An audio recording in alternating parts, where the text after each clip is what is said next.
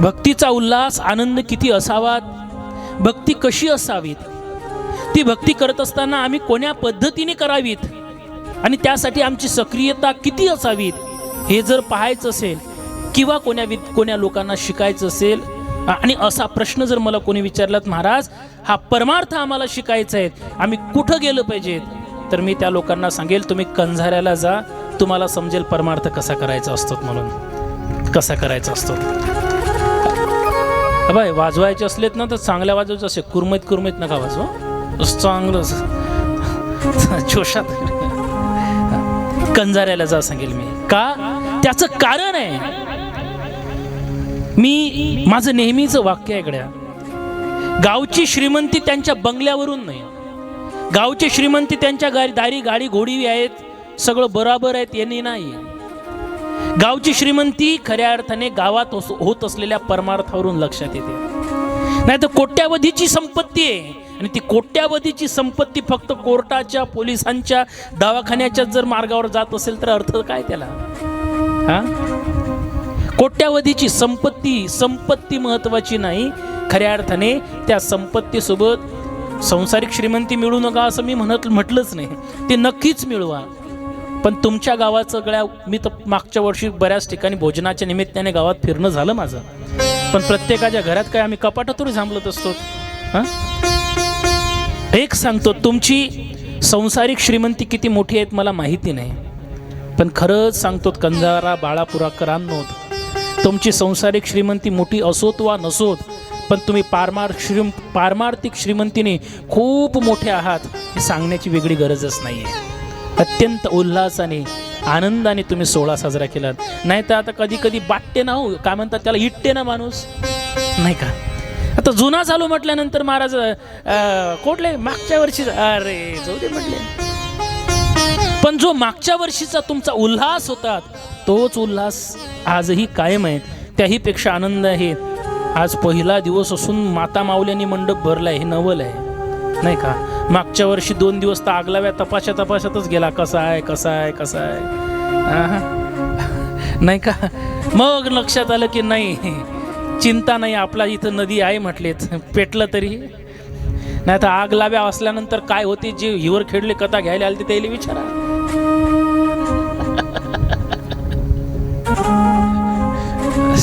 तो विषय नाही काढायचा मला. तुमचं स्नेह प्रेम आहेत आणि म्हणून खऱ्या अर्थाने ते माझ्यावरच आहे असं नाही. तुमच्या सगळ्यांची उपस्थिती या ठिकाणी दाखवते तुमचा आयोजक मंडळावर किती अतीव विश्वास आहे ते. नाही तर असंच कोणी कुठे येत नाही बुवा. हा, माने पाचारिता नव्हे आरानोक, ऐसे येथे लोकप्रीतीसाठी. कोण येतो घरा आमुच्या कशाला, काय ज्याचा त्याला नाही धंदा, लागीन तितके धंदे आहेत माणसं येले घरी, सगळेच थोडी नाही येऊ शकतात. पण तुमची उपस्थिती या ठिकाणी दाखवते तुमचा या आयोजक मंडळावर किती अतीव विश्वास आहे ते. दुसरी गोष्ट अत्यंत महत्वाची आहे, जेवढा मंडप आहे तेवढे लोक आहेत, तेवढे लोक आहेत. नाही तर बऱ्याच ठिकाणी भला मोठा मांडव त्याच्यात 5च पांडव, हरी मुकुंदा बुवासेत 5-10 झाले लोक, का लोक घरी मग पंक्तीला येतील म्हणे, चिंता नका करू तुम्ही. इथं तसं नाही, इथं तुमची उपस्थिती दाखवते तुमची परमार्थासाठी किती ओढ आहे ते अत्यंत महत्त्वाचं आहे. ही ओढच खऱ्या अर्थाने माणसाचा उद्धार करून जात असते आणि त्या उद्धाराच्या अनुषंगाने आपण समस्त या ठिकाणी मांदियाळी उपस्थित आहोत. पण सकाळची कथा एवढी मोठी झाली की खूपच नाही का, काय करावं. यांना सुद्धा दुसऱ्या कार्यक्रमाला उरकून या ठिकाणी यायचं म्हटल्यानंतर आणि कुठंही तुमच्याच गावाला नाही, कोण्याही गावला हनुमान गुढीपाडवा ते रामनवमी ते हनुमान जयंती लटारणे खाली नसतात, हे तर बरोबर उत्कृष्ट आहे. आणि मग तो कार्यक्रमाची घालमेल थोडी प्रत्येक वेळी होतेच घालमेल, आणि म्हणून सकाळी आपण कथा नाही करू शकलो आणि त्या अनुषंगाने आता आपण या दुपारच्या वेळेला कथेसाठी उपस्थित आहोत. जी कथा आपण श्रवण करत आहोत ती कथा अत्यंत गोड आणि मधुर आहे. खरं तर एकदा तुमच्यासाठी जोरदार टाळ्या वाजवत गड्या. मी ह्यासाठी सांगतोय, मला निसर्ग देवता अत्यंत प्रिय आहेत. मनापासून आवडतात. आणि अशी निसर्ग देवता खऱ्या अर्थाने तुम्ही आपल्या या मंडपामध्ये जागृत केलीत. तुम्हाला मी आता हे शिवपुराण नाही तर याच्यामध्ये बरेचसे अशी उदाहरण येतात. जंगमलिंग आणि स्थावरलिंगाच्या संबंधामध्ये शिवजीची पूजा सांगितली.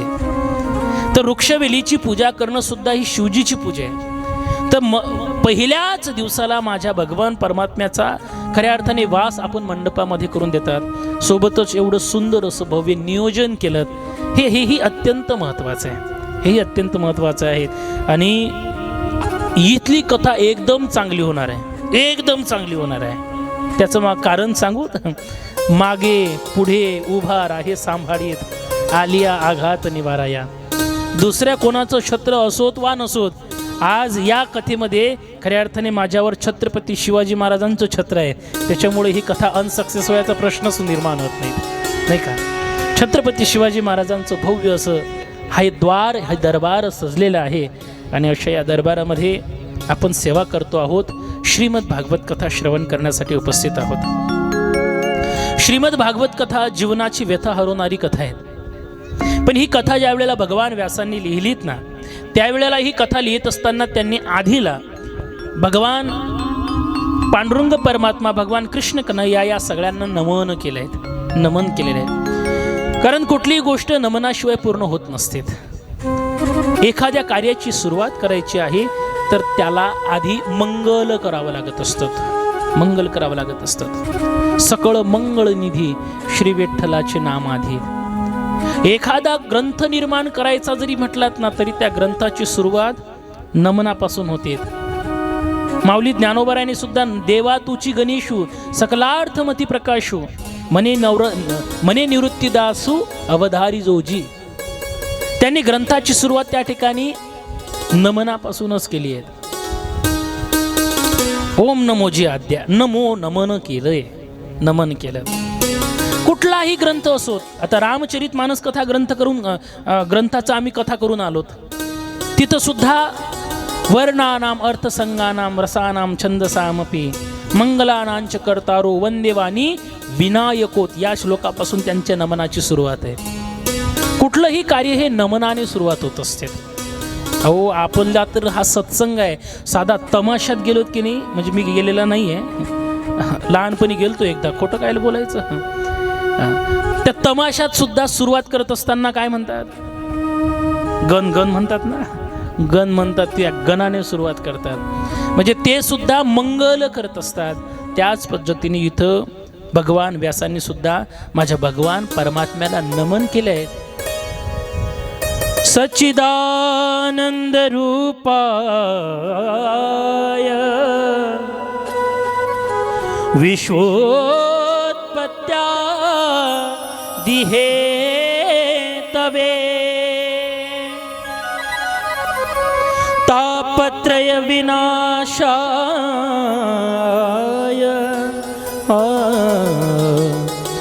श्री कृष्णाय वयं नुमः. भगवान व्यासांनी श्रीकृष्ण कन्हैयाचं वंदन केलंय.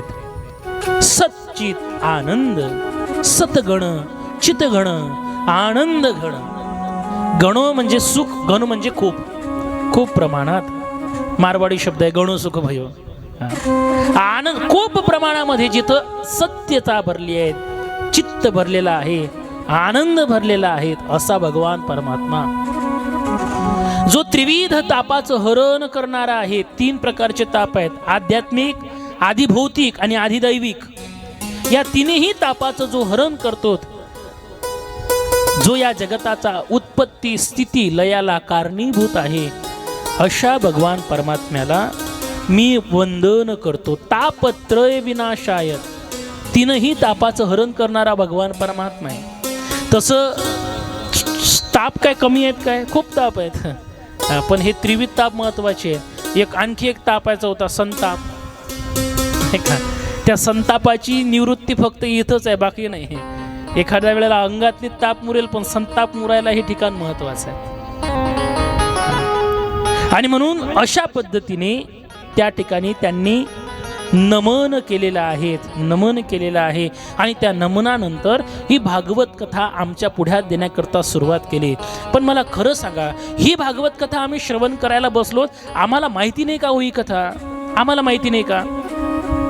पुंजाजी महाराजांनी लावलेलं हे रोपटं, एवढंसं रोपटं लावलं, त्या रोपट्याची आज मोठ्या विशाल वृक्षामध्ये ते निर्माण झालं.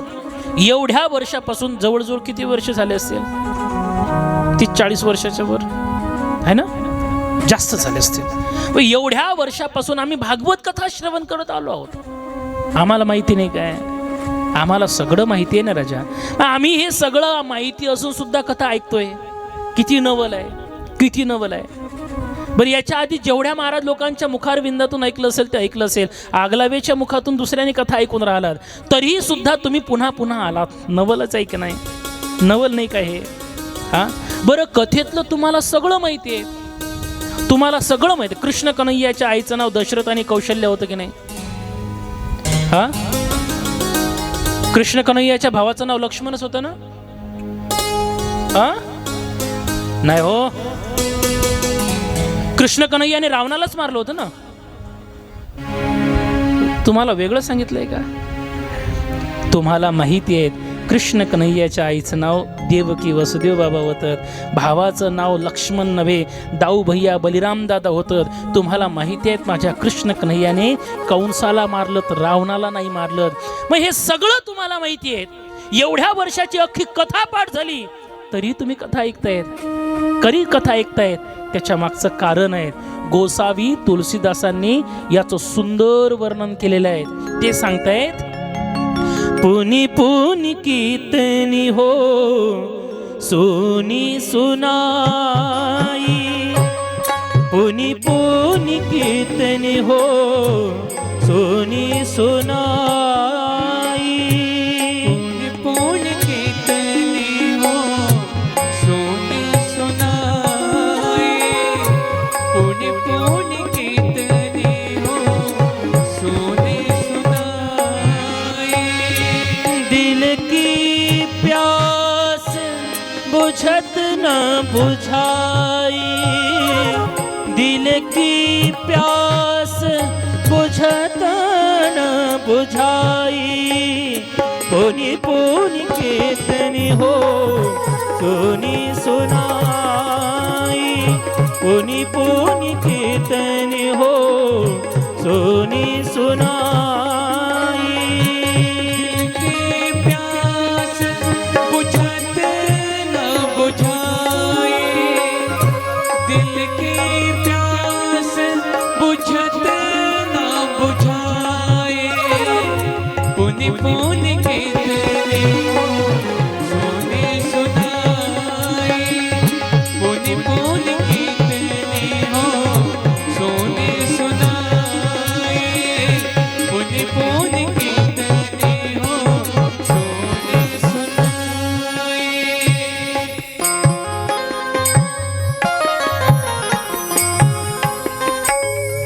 गोसावी तुलसीदास सांगते, पुनी पुनी कीर्तनी हो सोनी सुनाई. आम्ही पुन्हा पुन्हा ऐकली आहेत, पुन्हा पुन्हा ऐकली. किती वर्ष झाले? 50 वर्ष झाले आम्ही ऐकतोच आहे. आम्ही लहानाचे मोठे झालोत, मोठ्याचे म्हातारे झालोत, आम्ही ऐकतो आहे. तरी सुद्धा आमच्या मनाची तहान भागली नाही. त्याच्या मागचं कारण आहे, हा परमार्थच असा ऐकले का, दिल की प्यास बुझत न बुझाय. कितीही करा कमीच पडते.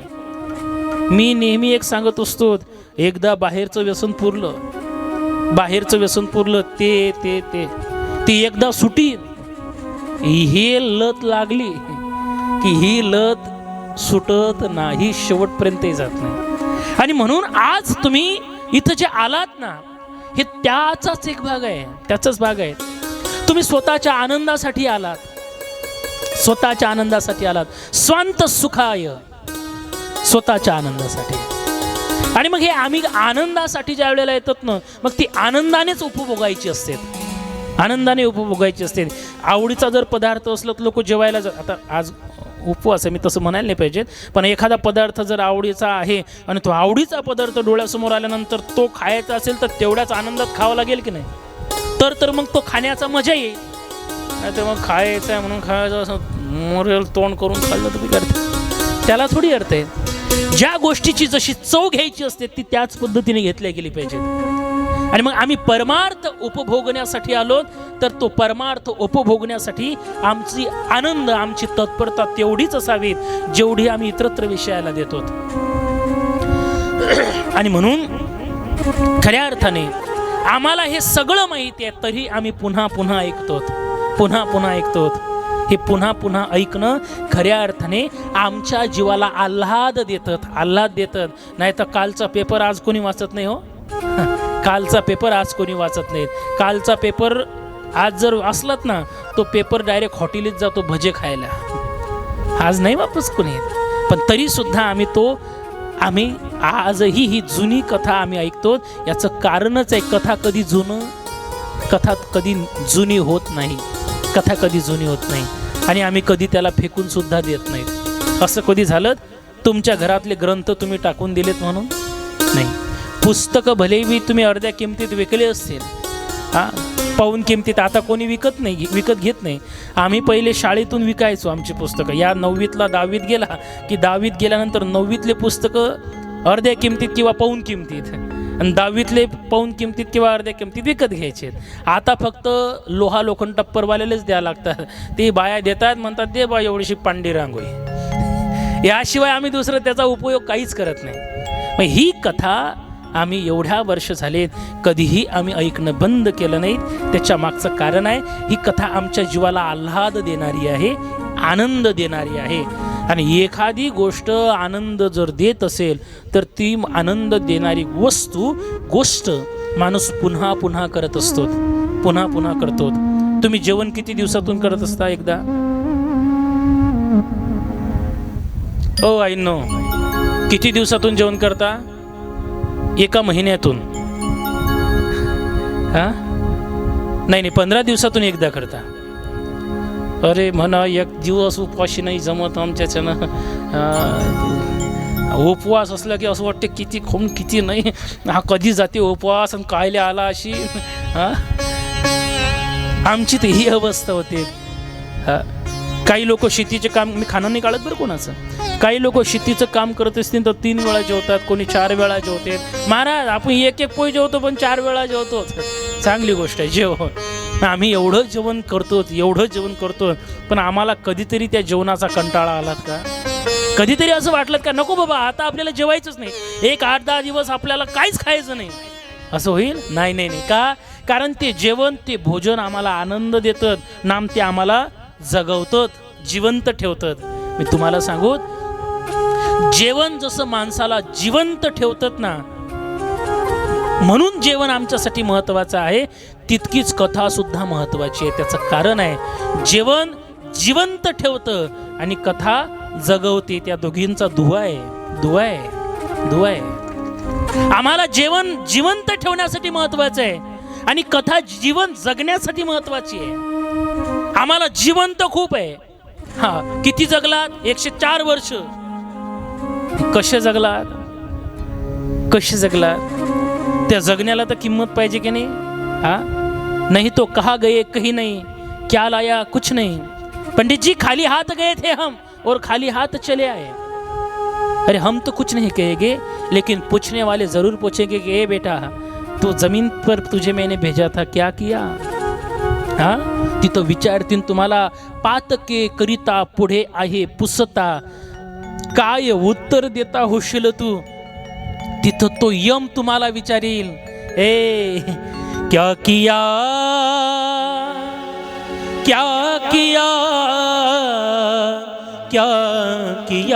रे तूने जीवन गवा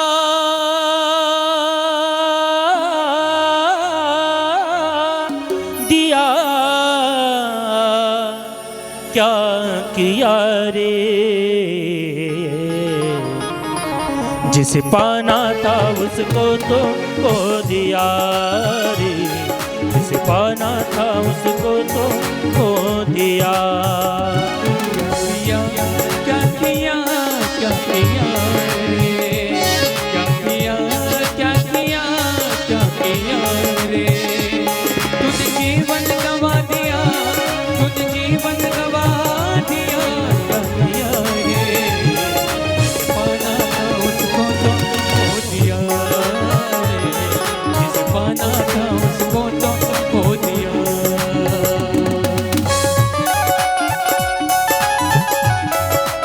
तालियों के साथ भजनाचा आनंद घ्यायचा आहे।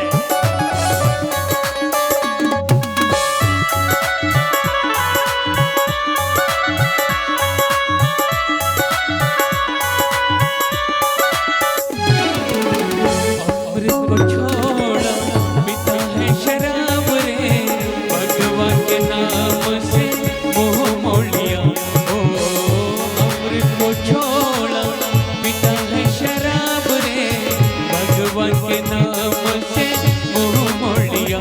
क्या किया क्या किया क्या किया रे, क्या किया क्या किया क्या किया रे, तुझ जीवन गवा दिया, तुझ जीवन गवा दिया, क्या किया रे, जय हो। पाना था उसको तो खो दिया रे, जिसे पाना था उसको तो खो दिया रे, जिसे पाना था उसको तो खो दिया।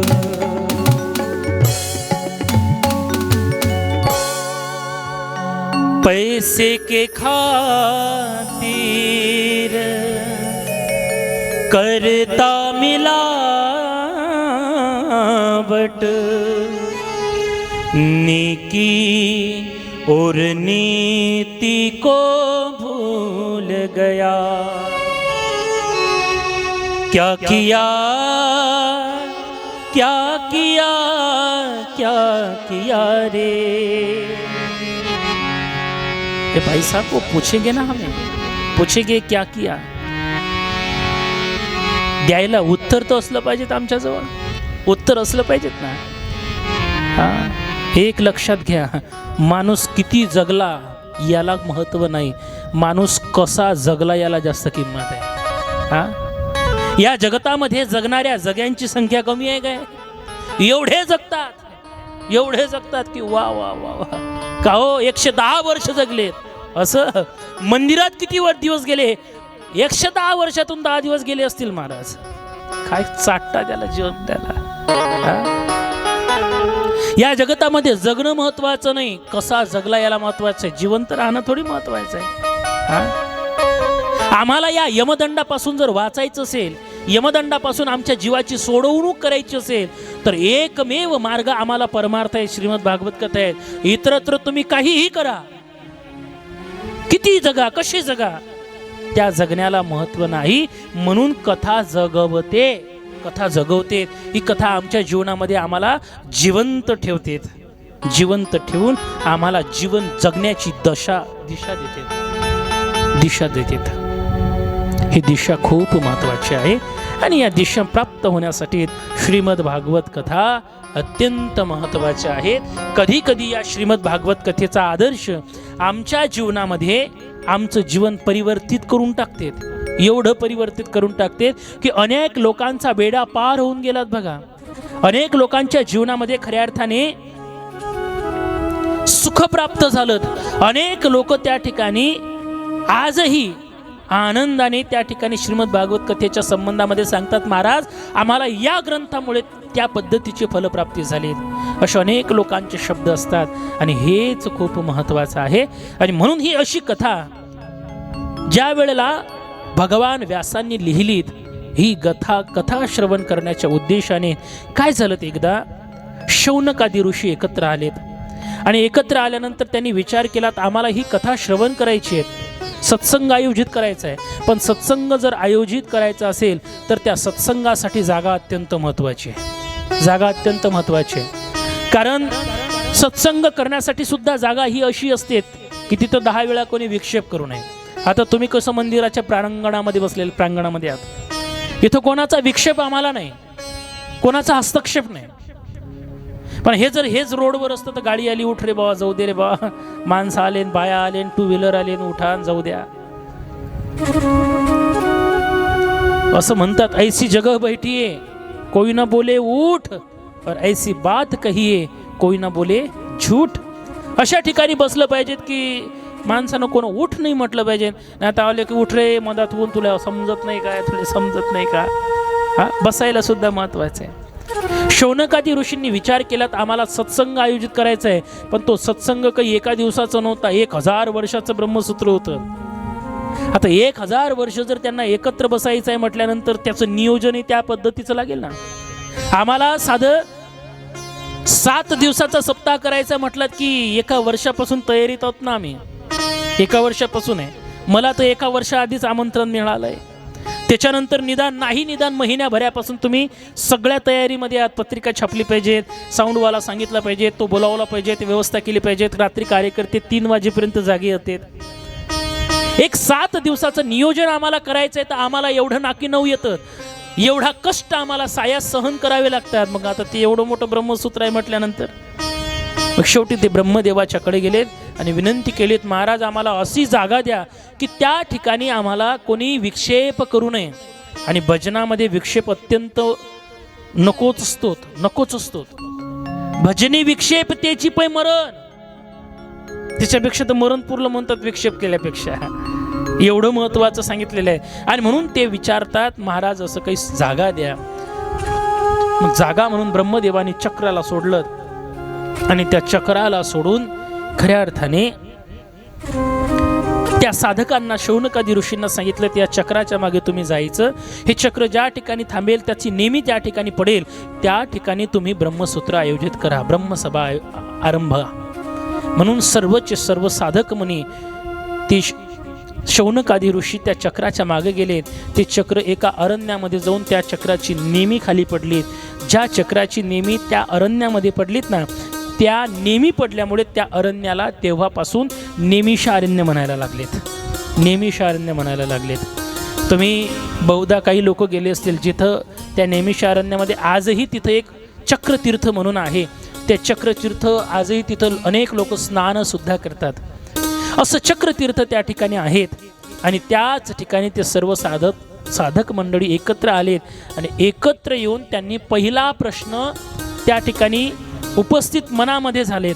आता हे प्रश्न निर्माण झाल्यानंतर त्या प्रश्नाचं निरसन करण्याकरता त्या ठिकाणी सूत महोदय येतात आणि ते सूत महोदय आल्यानंतर त्या सगळ्यांनी सूत महोदयांना नमन केलं आणि नमन केल्यानंतर पहिला प्रश्न विचारलात. पहिला प्रश्न कोणता? मा लग्न कधी होईल? आता पहिला प्रश्न हाच आमच्या मनाला आहे. नाही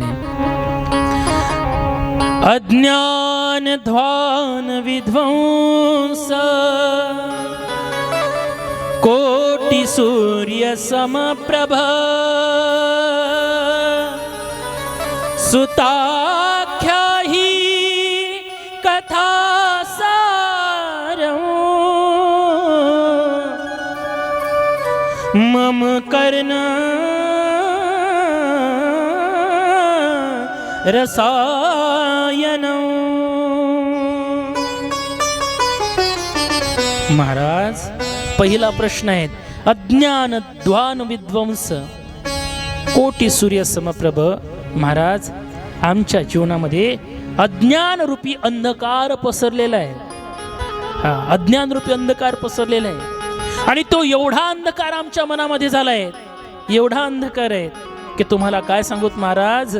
एवढी भयंकर बिकट परिस्थिती आहे आमची की आम्ही त्या विकाराने त्रस्त झालोय, तप्त झालोय. विचार करा किती त्रस्त झाले असतील. कोटी सूर्य समप्रभ, किती टेन्शन आहे. आज हा बाहेरचा सूर्य जीवाची लहा सोडून देतो, किती त्रास देतोय. एकटा आहे विको कमी ठेवा, एकटा असून आम्हाला एवढा त्रास देतो. कधीतरी आम्ही हा विचार केला पाहिजेत ना. हा बाहेरचा एक सूर्य आम्हाला एवढा त्रास देतो, अंदर किती सूर्य आहेत. एखाद्याला विचारलं का हो मिया रोते की हो, काय झालं तेवढं काय म्हटलं एवढं असं म्लान चेहरा झालाय. तो म्हणतो महाराज तुम्हाला काय सांगू, आम्हाला किती टेन्शन आहे. किती सूर्य आहेत म्हणा? 10 नामे. माझी आंग्ल भाषा थोडी कच्ची आहे. 10 म्हणजे 10. सन नामे सूर्य. 10 सन. त्याच्या घरचे फाटलेले सोपे गाद्या असतात की नाही तसं. घरात प्रत्येकाच्या फाटलेली गादी आहे, फाटलेला सोपा आहे, पण त्याला माहीत पडलं पाहुणे येऊन राहिले की लगेच त्याच्यावर नवी नवी कवर टाकली की पाहुणा बसला की का गंमत आहे काय. पण कवर जरी नवी असली तरी आत मात्र जसा फाटलेला सोपा असावात ना, माणसाचा संसार तसाच आहे का, तसाच आहे. फक्त कवरास टाकणं चालू आहेत का हो. एकदम मस्त मस्त. आता त्याचं काय आहे त्याचं त्याला माहिती आहे, त्याचं त्याला माहिती आहे. जगतामध्ये दुःख आणि दुःख भरलेलं आहे आणि अशा दुःखामध्ये खऱ्या अर्थाने महाराज आम्हाला सुख देणारी जर काही असेल तर आमचं असं म्हणणं आहे, सुक्ताख्या ही कथासारम मम कर्ण रसायनम. महाराज आम्हाला एक अशी कथा सांगा की जेणेकरून आमच्या मनाला ते आनंद देणारी असेल, आनंद देणारी असेल. पहिला प्रश्न केलात. दुसरा प्रश्न केलात, भक्ती ज्ञान विराग आपतो विवेको वर्धतो महान. माया मोह निराशश्च वैष्णवे क्रियते कथम. महाराज वैष्णव असं काय श्रवण करतात जेणेकरून त्यांच्या अंतःकरणातली माया मोह नाहीसी होते. भक्ती ज्ञान वैराग्य त्या ठिकाणी त्यांच्या अंतःकरणामध्ये निर्माण होतं. हे कारण आम्हाला सांगा. इह घोरे कलो प्रायो जीवश्चा सूर्यताम गता. या कलियुगामध्ये सगळे लोक स्वतःच्या भोगासाठी जीवन जगायला लागलेत. अशा सगळ्या जीवनामध्ये आम्ही काय केलं पाहिजे जेणेकरून आम्हाला सुद्धा वैराग्य प्राप्त होईल, आमच्याही मनातला मोह माया निरसन होईल, ही विनंती त्या ठिकाणी करता आहेत. आणि ही विनंती करण्यासाठी ज्या वेळेला खऱ्या अर्थाने भगवान सुत महोदय उपस्थित आहेत, त्या सुतदेवाच्या चरणी त्यांनी वंदन केलं, नमन केलं. का? त्याचं कारण आहे ते गुरुपदावर आहेत, गुरुच्या स्थानी आहेत. आणि आम्ही आमच्या संस्कृतीमध्ये आम्हाला धर्मशास्त्राने आम्हाला शिकवलेले आहेत, बाबा जीवनामध्ये तुम्हाला जर काही करायचं असेल तर आधी तिघांना नमन केलं पाहिजे.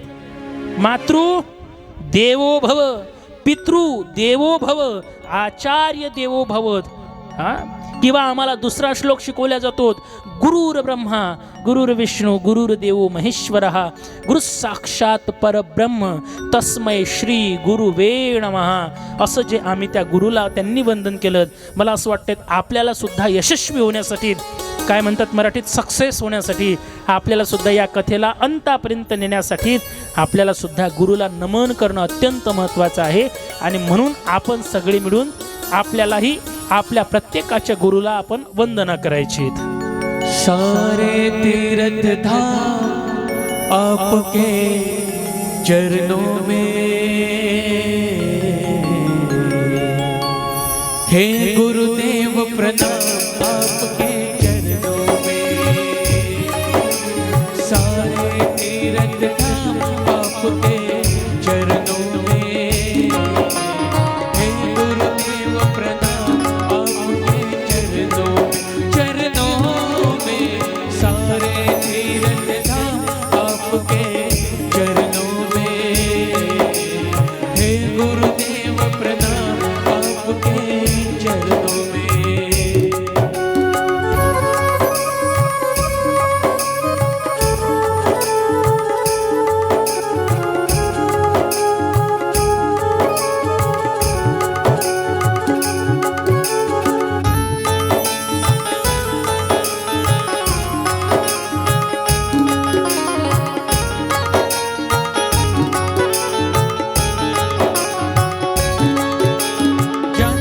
दादा माता पिता है, आप कर्म के दाता है, आप मिलाते हैं ईश्वर से, आप ही भाग्य विधाता है.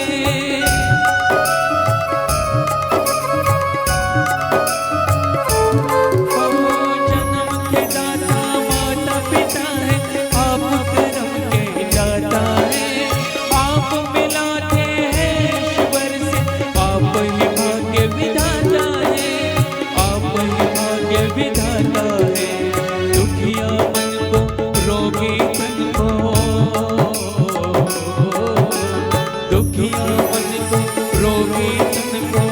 मिलता है आराम आपके चरणों में। हे गुरुदेव प्रणाम आपके चरणों में सारे तीर्थ धाम आपके चरणों में। हे गुरुदेव प्रणाम आपके चरणों में।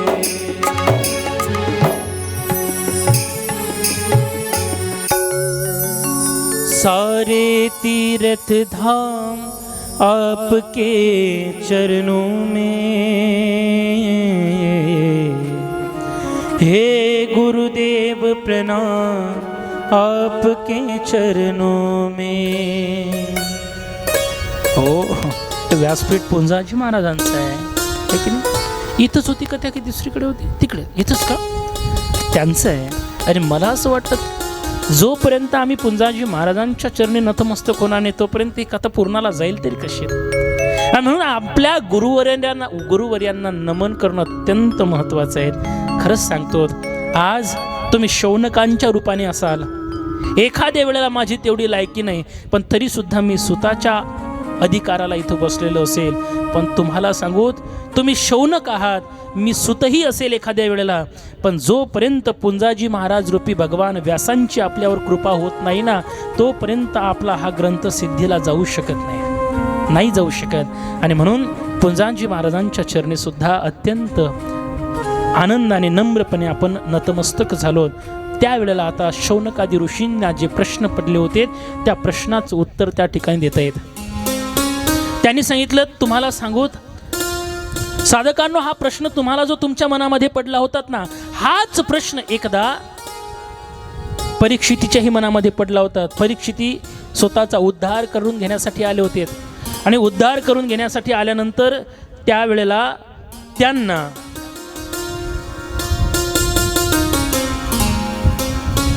भगवान शुकमुनी ज्या वेळेला प्राप्त झाले, त्या शुकमुनीच्या जवळ काही देवता आले होते. आणि ते देवता आल्यानंतर त्यांनी सुद्धा कथामृत मागितलं होतं. ते कथामृत तुमच्या पदरी मी द्यायला तयार आहेत. कुठलं कथामृत? त्यावेळेला त्यांनी त्यांचं नाव सांगितलं. काल व्याल मुखग्रास त्रास निर्नाश हे तवे श्रीमद भागवतम शास्त्र कलोकिरेन भाषितम. या जगतामध्ये सगळ्यात मोठं थोरपण प्राप्त करून देणारं कुठलं जर शास्त्र असेल तर ते फक्त आणि फक्त श्रीमद भागवतम शास्त्र आहे, श्रीमद भागवत आहे. कारण जो तो व्यक्ती काल रूपी सापाने ग्रसलेला आहे, काल व्याल मुखग्रास, काल रूपी साप आ करून बसलाय आणि तो फक्त वाट पाहतोय. हा उंदीर मामुजी, हा उंदीर आमच्या तावडीत येतो कसा? आता हा उंदीर काय करतो? हा उंदीर अनभिज्ञ आहे, त्याला माहीतच नाही साप बसलेला आहे. त्याच्या टुनुक टुनुक उड्या मारणं चालूच आहे. इकडून गेलं की तिकडून गेलं की इकडून बाहेर गेला. तेलाची पन्नी दिसली की आला की घुसला नाही यात, कापसाचं बोंड दिसलं की घुसला नाही यात, हरभरा दिसला की फक्त हा उंदीर कुद्या मारतोय, उड्या मारतोय. पण साप मात्र आ करून बसलाय. तो साप म्हणतो, तू उड्या मार बाबू, किती मारतो, पण एक दिवस तुला आमच्याच तावडीत ये नाही. आणि मग अशा तावडीतून अरे हे तर प्रत्येकाच्या जीवनामध्ये लागू आहे ना. हा, वंदनीय राष्ट्रसंत तुकडोजी महाराज तर एका ठिकाणी असं बोलतात, मरना हक का पाना है, मरना हक का पाना है, जीना उदार आना है, जीना उदार आना है.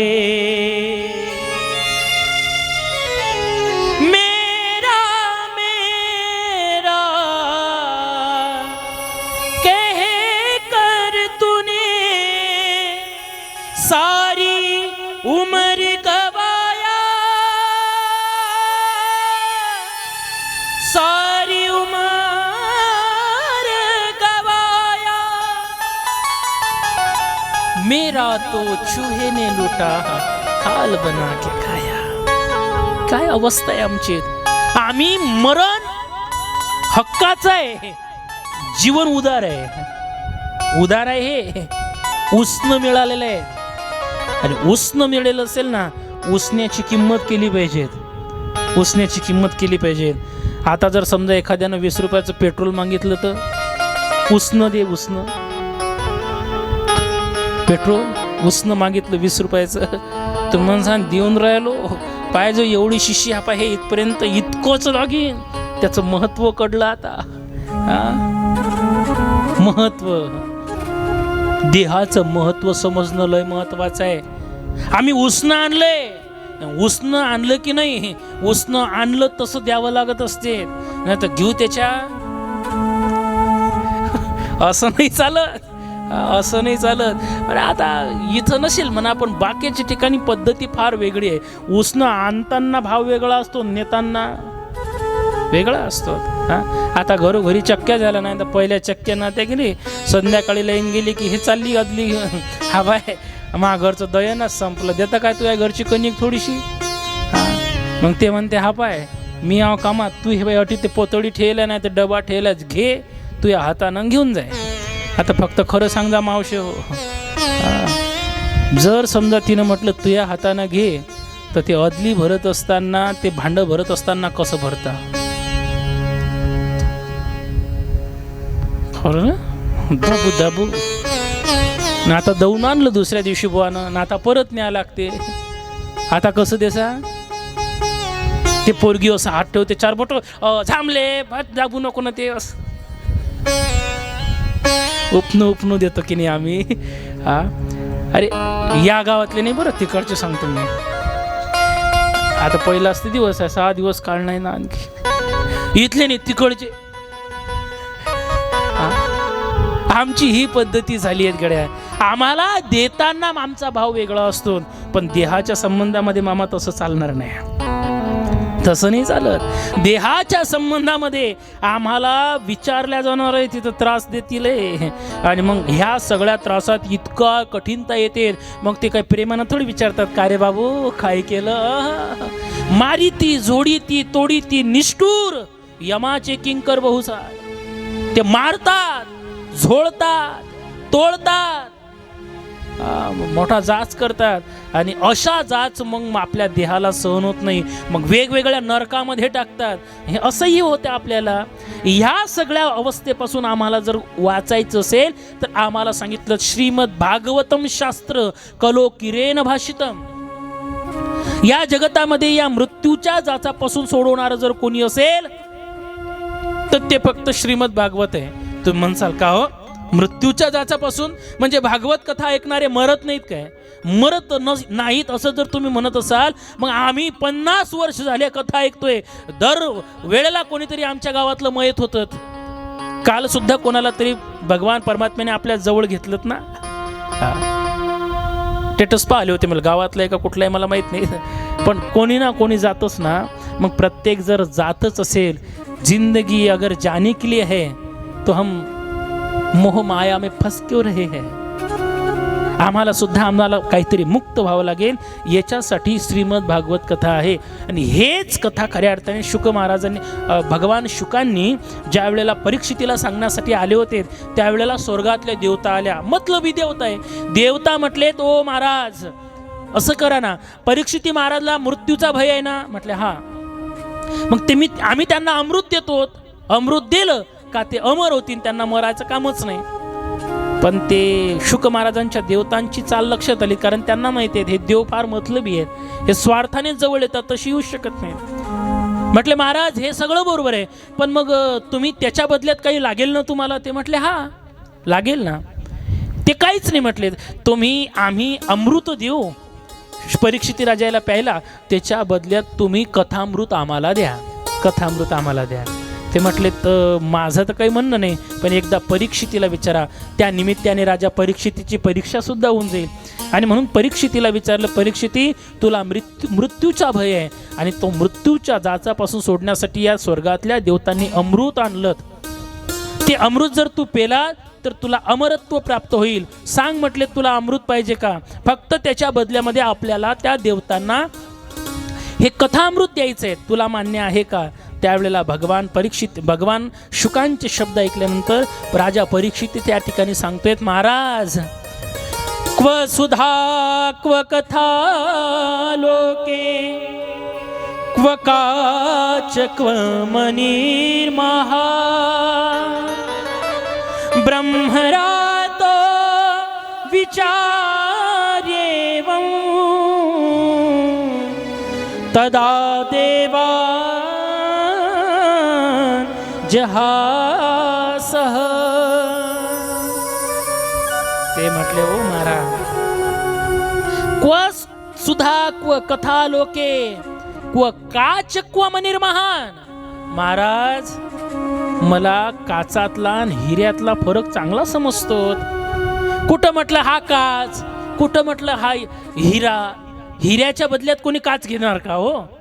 हिऱ्याच्या बदल्यात कोणी काच घेणार हो? तसे म्हटले क्व सुधा क्व कथा लोके. हे सुधा म्हणजे दारू.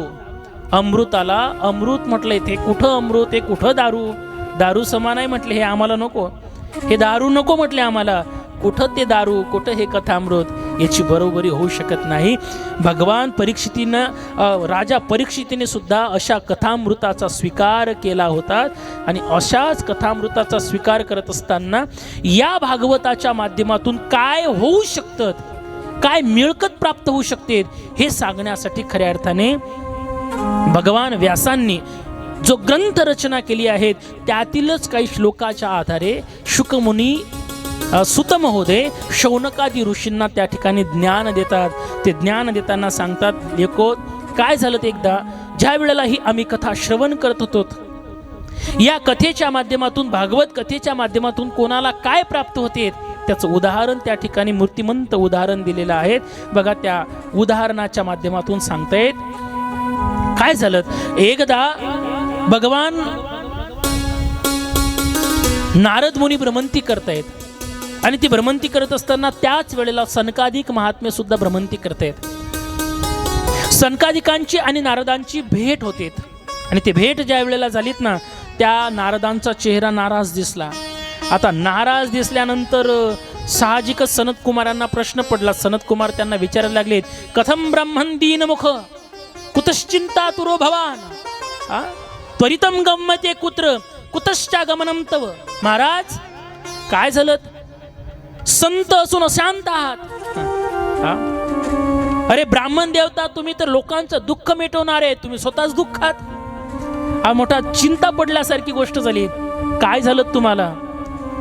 काय झालं? काय दुःखाचं कारण आहे सांगितलं पाहिजे. त्यावेळेला ते म्हटलेत, महाराज काय सांगूत. नारदजी बोलायला लागलेत, अहम तू पृथ्वी व्याधो ज्ञात्वा सर्वोत्तमामती पुष्करंच प्रयागंच काशीम गोदावरीम तथा.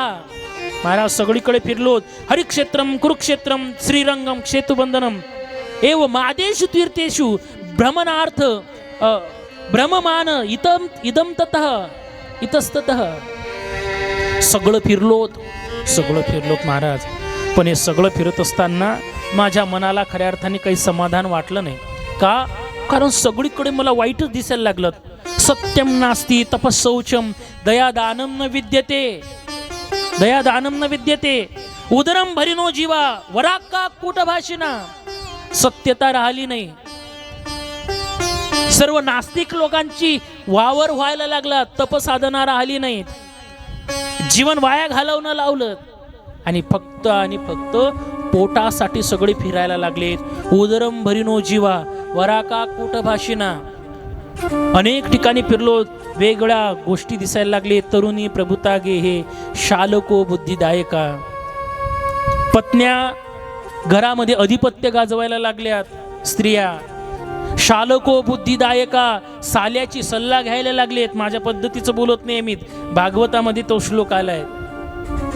ह्या सगळ्या गोष्टी माझ्या मनाला त्रास द्यायला लागलेत आणि हे त्रास द्यायला लागल्यामुळे मी ते सगळं सोडलं आणि वृंदावनामध्ये आलो. आता वृंदावनामध्ये ज्या वेळेला आलो, यमुना तटावर मी फिरत असताना मी पुढे जात होतो. मागून मला आवाज आला, धो भो साधो क्षणम तिष्ठ, मागना आवाज आला, तो साधु महात्मा जी थोड़ी देर रुकिए। मैंने पीछे मुड़कर जब देखा तो पाया एक जरा अवस्था में पड़ी माताजी ते खड़ी थे। ती म्हातारी दिसलीत आणि तिच्या क्षमा मागेल एक तरुणी स्त्री दिसली आणि त्या तिच्या तरुणीच्या अंगावर दोन म्हातारे मांडीवर झोपलेले दिसलेत। तिचं तरुण रूप आहे आणि हे म्हातारे त्या ठिकाणी पडलेलं असल्यामुळे मलाही प्रश्न पडला। नारदजी म्हणतात, मी तिला विचारलं, कासी तुम का विमोचय मा नार्यका पद्मलोचना, हे बाई कोण आहात तुम्ही, हे कोण आहे तुझ्या मांडीवर झोपलेले, आणि नार्यका पद्मलोचना तुझ्या डोळ्यात अश्रू काय? देवीजी वदम देवी सविस्तारम स्वस्य दुःखस्य कारणम, तुझ्या दुःखाचं कारण मला तू सांग। त्यावेळेला आता ती देवी बोलायला लागली, ती तिचं नाव सांगते, अहम भक्ती रीती ख्याता इमा मे तनयो मतो ज्ञान वैराग्य नामानो काल योगेन जर्जरो। महाराज माझं नाव भक्ती आहे, पण ते भक्ती आणि हे जे हे दोन आहेत ना, हे तनयो मतोत, हे माझे दोन पुत्र आहेत। नारदाने ते डोक्यावरच हात ठेवला। आई 40 वर्षाची, मुलं म्हटले 80 वर्षाचे दोन, हे कसं काय म्हटले? नवल वाटलं। त्यावेळेला ती सांगितली, ज्ञान वैराग्य नामानो काल योगेन जर्जरो, हे काल योगानं जर्जर झाले। का? कारण महाराज माझा उदय खरा तर तिकडे झाला, उत्पन्ना द्रविडे साहम, द्रविड देशामध्ये माझी निर्मिती झाली। पण त्या द्रविड देशामध्ये निर्मिती झाल्यानंतर मी कर्नाटकामध्ये आलेत। द्रविडे उत्पन्ना द्रविडे साहम वृद्धिम कर्नाटके गता क्वचित महाराष्ट्रे गुर्जरे जीर्णता गता। महाराज माझा जन्म झाला तो द्रविड देशामध्ये, दक्षिणेमध्ये। भक्तीचा उदय दक्षिणेमध्येच आहे। जे लोक भक्ती जाणण्यासाठी पाहायची असेल भक्ती कशी असते, द्रविड देशामध्ये गेलं पाहिजे। 4-4, 5-5 वेळा राजे देवाचे स्नान काय, त्यांना ते पडदे लावतात, देवाला विश्राम करू देतात। आजही द्रविड देशातल्या मंदिरामध्ये, द्रविड देश म्हणजे दक्षिणामध्ये आजही कुठल्याच मंदिरामध्ये गाभाऱ्यात लाईट नाही, ते दीपक लावतात, दिवे लावतात। का माहिती आहे का? कारण त्यांना हे 100% विश्वास आहे, दीपक जर आम्ही लावला, लाईट जर लावले तर देवाच्या डोळ्याला त्रास होऊ शकतो, देवाला त्रास होईल, म्हणून ते दिवे लावून ठेवतात। किती भक्ती करतात हा? पण ज्ञान वैराग्याच्या बाबतीमध्ये आता पुढे तिकडे बरेचसे साधक दिसतील, कर्नाटकामध्ये आलेत, महाराष्ट्रामध्ये आले, पण काही देशामध्ये ज्या वेळेला मी फिरायला लागली मग मात्र ज्ञान क्षीण झालं, वैराग्य क्षीण झालं। आजकाल आम्हाला भक्ती खूप दिसते, खार भक्ती दिसणं म्हणजे भक्ती आहे का? हो, भक्ती दिसणं म्हणजे भक्ती आहे का? भुसावळला 10 लाख लोक होते, समजलं ना मी कशाबद्दल बोलतोय? काय होतं आता भुसावळला सध्या? मी निंदा करत नाहीये कोणाची। 10 लाख लोक होते, 10 लाख लोक होते तर सगळे सज्जन होते काय? अर्धे तो चोर पकडले पोलिसांनी। भक्ती वाढताना आम्हाला दिसते, पण त्या भक्तीच्या मागे ज्ञान वैराग्य थोडी आहे आमचं। ज्ञान वैराग्य आहे का आमचं? आम्ही तर जमत नाहीत। भक्ती वाढली आहे, ज्ञान वैराग्याची गरज आहे। ते वृद्ध असल्यामुळे आता ती विनंती करायला लागलीत, महाराज काहीतरी करा आणि काहीतरी करून तुम्ही आम्हाला खऱ्या अर्थाने या जाचापासून मुक्त केलं पाहिजे, या जाचातून आम्हाला तुम्ही सोडवलं पाहिजे। त्यावेळेला ते म्हटले, तुम्हाला जर खरंच या जाचातून सोडायचं आहे मग चिंता कशाला करताय, मी तुला कथा ऐकवतो। मग त्यांनी अनेक कथा त्या ठिकाणी ऐकवायला लागलेत। नारदजी अनेक कथा ऐकवायला लागलेत, 6 शास्त्र ऐकवलेत, उपनिषद ऐकवलेत, पूर्व मीमांसा, उत्तर मीमांसा, जे अशीन नशीन ते सगळे ग्रंथ ऐकवले। आता 4 वेदाचा सार झाल्यानंतर काय राहिलं? ते फक्त जे मूर्छित पडलेले होते ते वृद्ध मुलं फक्त शुद्धीवर आले, त्यांना काहीच झालं नाही, ते उठून उभे राहू शकले नाही, ते तरुण झाले नाही। यांना चिंता पडलीत की ते तरुण झाले नाही, पण नेमकं कारण काय? मग एवढं तुम्ही गाऊन दाखवलं, त्या त्यामुळं माझी बुद्धी क्षीण झालीत, मला विचारामध्ये पडलो आणि त्याच्यामुळे मी नाराज आहे म्हटल्यानंतर मग शौनकादी ऋषी म्हटलेत, सनकादिक म्हटलेत. सनकादिक त्यांना म्हणतात, अहो नारदजी, मग एवढी चिंता करायची काय गरज आहे, एवढी काय चिंता करताय म्हटलेत, सोपी गोष्ट आहे म्हटलेत. म्हणजे काय सांगायचं, काहीच नाही, तुम्ही जावा आणि तिथं जाऊन त्यांना फक्त श्रीमद भागवत कथा ऐकवा, ते तरुण होऊन जातील. नारदजी हसले. नारदजी म्हटले, तो सनकादिक महाराज, मी त्यांना 4 वेद ऐकवले, 4. त्या 4 वेदाने जर त्यांना काही शुद्ध आली नाही तर भागवत कथेने कुठून येईल. ते म्हटलेत, मी सांगितलं तेवढं ऐका ना. अरे कसं काय ऐकायचं म्हटलेत, अहो वेदातूनच भागवताची निर्मिती आहे की नाही, वेदाचे 4 श्लोक, वेदातूनच भागवत कथेची निर्मिती आहे. मग वेदातून जर निर्मिती आहे, वेद म्हणून दाखवला ना, भागवत कथा ऐकवायची काय गरज आहे. ते तरुण झाले नाहीत. त्यावेळेला सनकादिक म्हटलेत, ब्राह्मण देवता नारदजी, थोडे विचार कमी करत जा. पण तुम्हाला सांगूत का, तुम्ही जरी वेद ऐकवले असले तरी सुद्धा वेदातून निर्माण झालेली भागवत कथा त्यांना ऐकवा, त्यांच्यावर फायदा होईल का. कारण ज्या गोष्टीचा फायदा ज्याच्यातून होतो त्याच्यातूनच होतो, इतरत्र विषयातून होत नाही.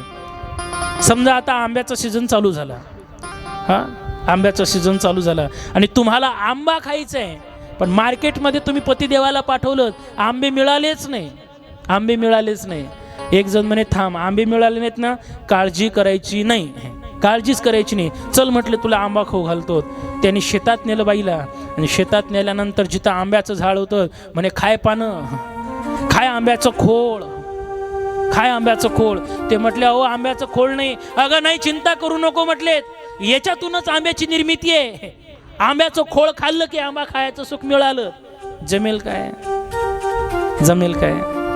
आंबा खायचं असेल ना तर आंबाच खावा लागेल. आंब्याचं खोळ पान खाऊन चालत नाही.